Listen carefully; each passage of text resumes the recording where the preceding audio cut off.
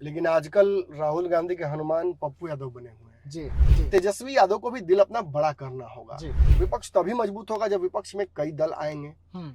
दिल खुला रखकर लड़ेंगे चुनाव। जी। ना तो तेजस्वी को मुख्यमंत्री बनने के लिए कांग्रेस तैयार है, ना कांग्रेस को सीटें उनके मन मुताबिक देने के लिए बिल्कुल तेजस्वी तैयार हो रहे हैं। बिल्कुल। पप्पू यादव ने क्या किया है कि यादव ओबीसी और कई जातियों के नेताओं को चिन्हित कर लिया है जी। और 22-23 ऐसे नेताओं को चुनाव लड़ाने जा रहे हैं अपने पाले से। नोरमा ग्रुप, जो सोचता है वो करता है।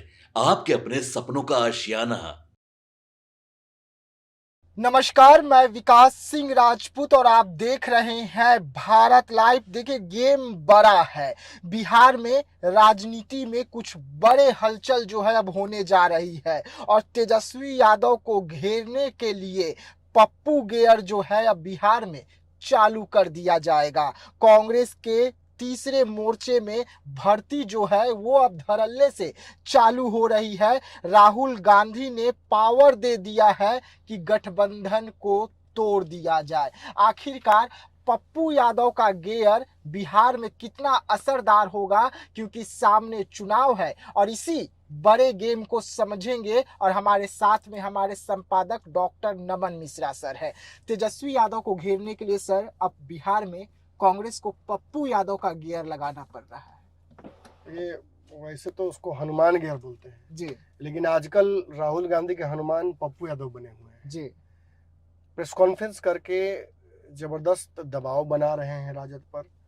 जो बातें कह रहे हैं इससे मैं श्योर हूं कि महागठबंधन के कई दल, कई नेता, कई समर्थक इत्तेफाक रखते होंगे।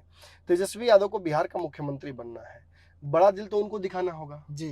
कांग्रेस ठीक है, पिछले चुनाव में 2020 के प्रदर्शन अच्छा नहीं कर पाई थी, लेकिन 2024 में देखिए जी, जितना कम सीट पर लड़ी थी उसके बावजूद वो उतनी सीटें लेकर आई है जितना कि राजद लेकर आई है। जी। इतनी सीटों पर राजद लड़के भी उतना ही मार्जिन रह गई। जी। तो तेजस्वी को थोड़ा पूर्वाग्रह निकालना होगा कांग्रेस को लेकर अपने मन से। दूसरा, राष्ट्रीय पार्टी है कांग्रेस, जी। विभिन्न मुद्दों पर बड़ा नैतिक स्टैंड अच्छा रहता है। अभी हाल ही में पहलगांव के मुद्दे पर आपने देखा जी। राहुल गांधी के स्टैंड की सराहना पूरे विश्व में हो रही है। जी। हमारे से पत्रकार भी उनके इस स्टैंड पर उनका प्रशंसा कर रहे हैं। जी। क्यों नहीं करेंगे? विपक्ष के होते हुए भी उनका काम मुख्यतः केवल नरेंद्र मोदी और सरकार की कमी निकालना है। जी। हर बात को काटना है। जी। इस देश में विरोध के नाम पर जब क्या नसबंदी हो रहा था और जनसंख्या नियंत्रण की बात हो रही थी तो कुछ नेताओं ने ज्यादा बच्चे पैदा कर दिए थे जी। खाली विरोध के नाम पर। जी। वैसे समय में युद्ध की जब स्थिति उत्पन्न हो गई है, हमारा पड़ोसी दुश्मन जो है पाकिस्तान, वो हमारे लोगों को मारता है मिलिटेंट्स भेजकर, आतंकवादी भेजकर, तो राहुल गांधी एक विपक्ष के नेता के तौर पर प्रधानमंत्री पर सवाल खड़े नहीं करते हैं, बल्कि वो सरकार का साथ देकर कहते हैं कि जाइए लड़िए, आप चिंता मत कीजिए कि हम आपका विरोध करेंगे, ईमानदारी से इस युद्ध को लड़िए, हमारे लोगों का बदला लीजिए। यहां तक कि मैं बता दूं आपको कि बहुत तगड़ी चर्चा इस बात की होती है कि कांग्रेस के आईटी सेल ने नरेंद्र मोदी पर युद्ध में कमजोर साबित होने को लेकर, युद्ध नहीं करने को लेकर कई डिजिटल कंटेंट बना रखा था, जिसमें एक तो तन से जुदा वाला भी बनाया था कि लापता मोदी लापता, उनकी तस्वीर लगा के और सर और हाथ दोनों। आपको जानकर ताज्जुब होगा कि राहुल गांधी ने इसके लिए आईटी सेल को भंग कर दिया था अपने। जो उनके आईटी सेल में है, सुप्रिया श्रीनेत, क्या नाम है उनका, वही नाम है क्या, जो भी नाम हो, मुझे नाम याद नहीं है, लेकिन इतना याद है कि वो उनके आईटी सेल को देखती हैं। उनको फोन लगाकर डांट पिलाई कि ऐसे सेंसिटिव वक्त में आप प्रधानमंत्री पर हमला क्यों कर रही हैं जी, इससे देश कमजोर होगा, इससे संघीय ढांचा हमारा कमजोर होगा। आप प्रधानमंत्री को के ऊपर कोई कंटेंट निगेटिव नहीं बनाएंगे, जो वाजिब है युद्ध से अलग हटके उन मुद्दों पर प्रधानमंत्री को घेरिए।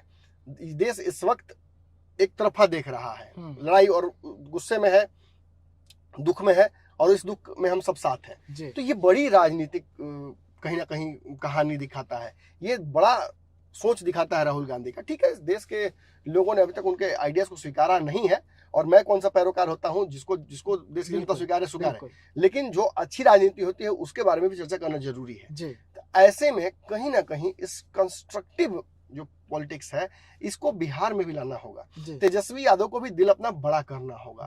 अगर प्रधानमंत्री ने जातीय गणना कराने का जिम्मेदारी ले लिया है तो विपक्ष को एक वॉचडॉग बनना होगा, और उस कार्यक्रम को सुनिश्चित होकर करा देना ईमानदारी से, जी और उसमें अगर कोई कमियां हो तो फिर उस पर आरोप लगाना, ये विपक्ष का काम है। जी इसी तरीके से विपक्ष तभी मजबूत होगा जब विपक्ष में कई दल आएंगे, हम्म दिल खुला रखकर लड़ेंगे चुनाव, जी सबको समावेश करेंगे।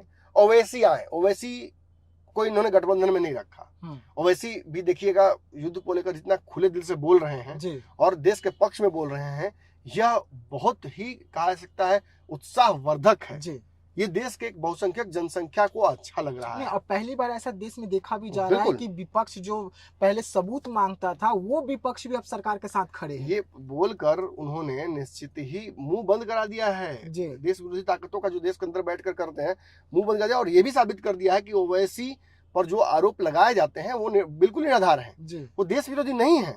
इस देश का मुसलमान, एक बड़ा मुसलमान हिस्सा वो है जो अपनी सरकार भी बनाना चाहता है, लेकिन पाकिस्तान के साथ वो नहीं खड़ा है। जी अपने भाई का विरोध करना नैतिकता पर, अलग अलग मुद्दों पर, ये आपका उसको दुश्मन नहीं बनाता है, जी बल्कि आपके उसके बीच में एक हेल्दी रिलेशनशिप का ही परिचायक है। बिल्कुल। और देश के अच्छे लोकतंत्र, स्वस्थ लोकतंत्र के लिए ये जरूरी है। जी वो ओवैसी बिहार आते हैं, बिहार में कई जिलों को घूम कर जाते हैं, और पिछली बार 6 सीटें जीते थे, तो अंदाजा लगा दीजिए प्रदर्शन खराब नहीं होगा, कहीं उसी के आसपास में कहीं वो लैंड करने वाले हैं। जी उनको तेजस्वी ने अपने गठबंधन नहीं रखा, इंडिया गठबंधन उनके लिए दरवाजे नहीं खोले। हम्म। नीतीश जो इधर से उधर चले जाते हैं उनको रखते हैं, हम्म। ओवैसी को नहीं रखते। नहीं तो शायद ये भी उन तेजस्वी यादव को लग रहा होगा कि ओवैसी वाले विधायक तो हमारे में फिर आ ही न जाएंगे। अच्छा, तो देख लेते हैं। तो कहा ना ओवैसी ने हम्म, कि इस बार भीख मांगना पड़ेगा लालू और तेजस्वी को, हम्म, तब भी इस बार नहीं होगा। इस बार बदला लेंगे, 4 की जगह 24 लेंगे। जी और इतना ही नहीं, ये ओवैसी के चक्कर में 2020 चुनाव गड़बड़ाया तेजस्वी का। जी और फिर इसी की तरफ पप्पू यादव भी लगातार कांग्रेस को मजबूत करने के लिए, महागठबंधन को मजबूत करने के लिए लगातार घूम रहे हैं, जी लोगों के बीच जा रहे हैं,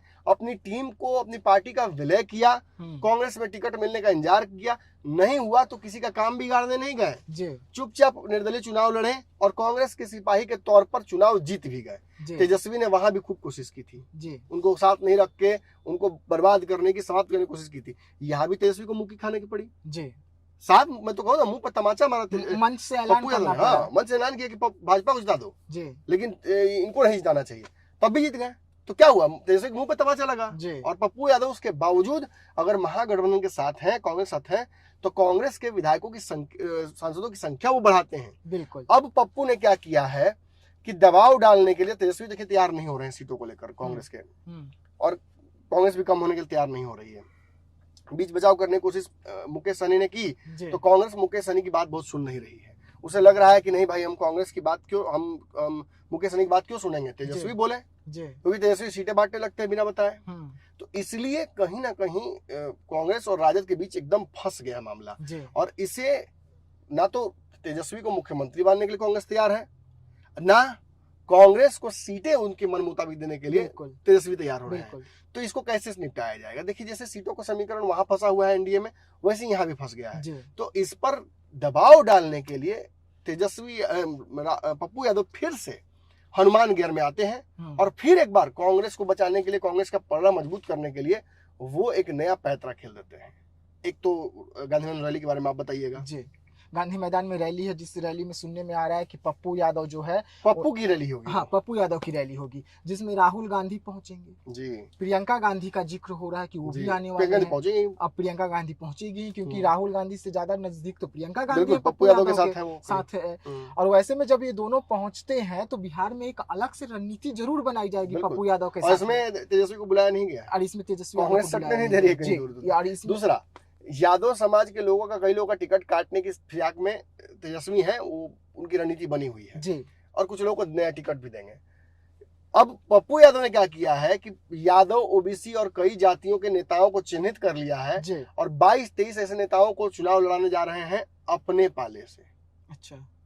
मतलब वो कांग्रेस के टिकट पर ही अपने क्या नाम उनका था, मैं भूल रहा हूँ, पार्टी का, जन अधिकार पार्टी के जो लोग थे, उनको, उनकी एक बैठक भी उन्होंने की है। मैंने 6 महीने पहले भी आप लोगों को बताया था कि एक ऐसी रणनीति बन रही है। पप्पू यादव प्रियंका गांधी के साथ ट्यूनिंग बनाकर कांग्रेस के प्रत्याशी को चयन कर रहे हैं अपने हिसाब से, मजबूत लोगों को। अब उसमें तेजस्वी पेच फंसाना चाह रहे हैं, और उसी को देखते हुए फिर से जन अधिकार पार्टी को रिबूट करने का डर या एक तरह से धमकी पप्पू यादव ने दे दी है, मतलब बोल नहीं रहे हैं, लेकिन मीटिंग जब जन अधिकार के लोगों के साथ वो करते हैं तो कांग्रेस को भी थोड़ा सा टेंशन होता है और तेजस्वी तो चिंतित हो ही जाते हैं कि तेजस्वी भी चिंतित हो जाते हैं कि कहीं ऐसा लगे फिर से पप्पू यादव अपनी पार्टी बना ले। अब एक पूर्णिया हारे, अब कहीं ना कि पूरा फिर रुपौली भी हारे, फिर ऐसा ना कि पूरे बिहार में ही लुट कार्यालय घूमने लगे तो ये डर तो है ही। और कांग्रेस को भी लगेगा कि हमें अपने नेताओं को क्यों खोएं, और कहीं ना कहीं सीटों को लेकर ये दबाव बनाने का एक तरीका पप्पू यादव ने इख्तियार कर लिया है। अपने लोगों को एक्टिव करके पार्टी को रिबूट करने की एक मतलब बैठक करके मैसेज नहीं दिया कुछ में, लेकिन बैठक को लेकर मैसेज ये क्लियर कर दिया कि हम एक फिर से हो सकते हैं। मैं पार्टी को अपनी एकजुट करके उनके टच में अभी भी हूँ लोगों के और कांग्रेस से इतर। और उसके बाद जब प्रेस कॉन्फ्रेंस करते हैं तो उसमें बयान ये देते हैं कि हम सांसदी से इस्तीफा देकर कांग्रेस पार्टी फिर से ज्वाइन कर सकते हैं, हम विधायक का चुनाव लड़ने के लिए रेडी हैं कांग्रेस के रहने के लिए। और ये तो बड़ी बात है ना, हमने खुलासा बहुत पहले किया था, कांग्रेस को बचाने के लिए अपना संसदीय पद का बलिदान देने को तैयार। काफी दिन से वो सांसद नहीं रहे थे और बड़ी मुश्किल से ये पत्थर पर फूल उन्होंने खिलाया है उस पूर्णिया में जीतकर। हवा के बिल्कुल विपरीत जाकर चुनाव जीते, वो कोई नहीं मान रहा था। हमारे रिपोर्ट के अलावा तो मैंने किसी रिपोर्ट में देखा ही नहीं कि पप्पू यादव जीत रहे हैं। और मेरी रिपोर्ट को तो कई लोगों ने झुठलाया, मतलब रवीश कुमार से लेकर अच्छे लोगों ने झुठला दिया कि वहां से कोई जीत रहा है, वहां से तेजस्वी ही जीतेंगे। और अंत में देखिए क्या हुआ। तो कहीं ना कहीं देखिए निश्चित है पप्पू यादव के पास जो क्षेत्रीय ताकत है कुछ जिलों में, उन जिलों की ताकत को तो कांग्रेस भी समझ रही है, तेजस्वी भी समझ चुके हैं। अगर नहीं समझे तो भी चुनाव हारेंगे क्लियर। बिल्कुल। तो ऐसे में समावेशी होना जरूरी है, जोड़ के चलना जरूरी है। और पप्पू कांग्रेस की तरफ से एक तरफ से बैटिंग कर रहे हैं। देखिए लड़ने के लिए तो राम जी के लिए बानर सेना लड़ी थी, उनके भाई लड़े थे, बाली की सेना लड़ी थी, बहुत लोग सुग्रीव लड़े थे, रीछ की सेना लड़ी थी, मारिच की सेना लड़ी थी। लेकिन सच्चाई यही है कि राम जी के लिए जो काम हनुमान ने किया, अपने शरीर को जलाने का काम, वो कोई और नहीं कर सकता था। इसी तरह से कांग्रेस के लिए पप्पू यादव अपनी पूंछ में आग लगाने के लिए तैयार हो गए हैं। निश्चित ही इसका नुकसान राजद को होगा, और नुकसान अगर राजद नहीं करना चाहती है तो राजद पर ये एडिशनल दबाव डाल देता है इस बात को लेकर कि वो बात माने। राजद पे एक दबाव तो जाएगा, लेकिन राजद को ये भी आएगा कि जिस तरीके से पप्पू यादव को लालू यादव ने, तेजस्वी यादव ने ठगा। पहले जब वो दिल्ली जा रहे थे अपनी पार्टी का विलय करने, तो जो बैठक हुई, बैठक में जो तस्वीर निकल कर सामने आई, पीठ पर हाथ दिया ना गया था, तब ना लालू जी जाके कहे कि मेरे पिता तुल्य थे लालू जी, उन्होंने मुझे आशीर्वाद दिया है पप्पू जी ने, और अपनी पार्टी को विलय किया। तो कोई शक ही नहीं है कि पप्पू यादव साथ बहुत बड़ा खेल किया राजद ने, और इसकी सजा राजद को मिली। पिछले चुनाव में राजद का जो हाल हुआ वो ऐसी थोड़ी हुआ, विनाश काले विपरीत बुद्धि कहा जाता है। तेजस्वी तो विनाश के घोड़े पर सवार हो गए थे। अब दिक्कत ये है कि क्या अभी भी उस घोड़े पर है वो, ये देखना लेकिन नंगी आंखों के लिए संभव नहीं है। ये राजनीतिक विश्लेषण का विषय है, और हमने जब भी विश्लेषण किया है तो अक्सर तेजस्वी यादव को उस विनाश के घोड़े पर ही पाया है। अब इस चुनाव में यदि उस घोड़े से नहीं उतरेंगे वो, तो समझ लीजिए कि संपूर्ण विनाश हो जाएगा। पर पप्पू यादव को तो बदला लेने वाला आक्रोश तो दिल में होगा ना कि मेरे साथ छल हुआ है। देखिए पप्पू बदला क्यों लेंगे, बदला वो तभी लेंगे जब उन्हें फिर वापस इससे अलग रखा जाएगा। यदि इस समीकरण में कांग्रेस को जत मिल जाता है, उनकी बात सुनी जाती है, तो वो बदला नहीं लेंगे। लेकिन हाँ, यदि पप्पू यादव को और कांग्रेस दोनों को इग्नोर किया जाएगा, तब तो कांग्रेस के लिए वो हनुमान गियर में वो रेडी है। कुछ में आग लगा ही ली है तो सोचना क्या है, लंका जला देंगे, जंग में कूद जाना है, लंका जला देंगे। चलिए, गेम बड़ा है, आप देख रहे थे, जहां पर बिहार में अब पप्पू यादव वाला जो गेयर है वो महागठबंधन में देखने को मिलेगा। राहुल गांधी और प्रियंका गांधी ने पप्पू यादव को पूरी छूट दे दी है कि आपको बिहार में कांग्रेस को कैसे जिंदा करना है, कैसे पटरी पर लाना है, ये आप सोचिए, आप तय कीजिए। और अब पप्पू यादव इस कड़ी में गांधी मैदान में बड़ा कार्यक्रम करने जा रहे हैं, जिसमें राहुल गांधी से लेकर प्रियंका गांधी भी पहुंचेंगे। न पहुंचेंगे तो बिहार के नेता प्रतिपक्ष तेजस्वी यादव, क्योंकि तेजस्वी यादव को इस कार्यक्रम से अब तक दूर रखा गया है। तो ऐसे तमाम खबरों के लिए रहिएगा साथ, दीजिएगा इजाजत, धन्यवाद। आपके सपनों को हमने सजाया है, ई होम्स पैनोरमा को हमने बनाया है। ई होम्स मेरा एक सपना था जिसपे मैं पिछले 4 साल से काम कर रहा था। हमने जो बनाया है वो सबने है माना। ई होम्स पैनोरमा में हो आपका भी आशियाना। और फाइनली हमने 2021 में इस प्रोजेक्ट को लॉन्च किया। बहुत लोग अप्रिशिएट कर रहे हैं कि पूर्णिया जैसे शहर में, बिहार के, एक तो बिहार की बात करें उसमें भी पूर्णिया जैसे छोटे जगह में इस तरह का लाइफस्टाइल देना, ये सुन के हम लोगों को बहुत अच्छा लगता है। ई होम्स में हमने कुछ और भी किया है, जैसे हम जिस जगह में रह रहे हैं हमारी फैमिली सिक्योर हो, उनको सिक्योरिटी का ध्यान में रखा है। आपकी सुविधा और सुरक्षा आपके लिए खास है, ये आपका विश्वास है। इसमें आर्टिफिशियल इंटेलिजेंस का 7 लेयर सिक्योरिटी का हमने इस्तेमाल किया है। लस ग्रीन कैंपस को बनाया है, यदि हमारा बाउंड्री वाल है तो वो वर्टिकल गार्डन है। ये जितनी भी फैसिलिटी होता है एक इंटरनेशनल टाउनशिप में, ई होम्स है, ये हम लोग विश्वास नहीं कर पा रहे हैं। जो भी हमारे मित्र दोस्त या जो भी हमारे बाहर के बाहर आते हैं तो हम लोगों को बहुत अच्छा सुनने को मिलता है और बहुत अच्छा क्रेडिट मिल रहा है। वो सारा हमने सिर्फ एक बिल्डिंग नहीं बनाया, हमें एक बहुत अच्छा लाइफस्टाइल दिया ई होम्स में, और मेरा एक सपना था जिसको मैं आज फुलफिल होते हुए देख पा रहा हूँ। ये आपका आवास है। ई होम्स पैनोरामा में अब आपका निवास है। E Homes Panorama, luxurious lifestyle redefined. Panorama group, जो सोचता है वो करता है। अगर ये वीडियो पसंद आई और वह बिहार के राजनीति और बिहारियत से सरोकार रखेनी तो सब्सक्राइब बटन दबा के चैनल के सब्सक्राइब कर ली। ओजे एगो घंटी बा, ओकरा बटन दबा देला से कुल सटीक और मारक खबर रुआ मुफ्त में मिल जाई। अगर रुआ पत्रकारिता के हमनी के नया प्रयोग में सहयोग कर चाहतानी तो ज्वाइन बटन दबा दी।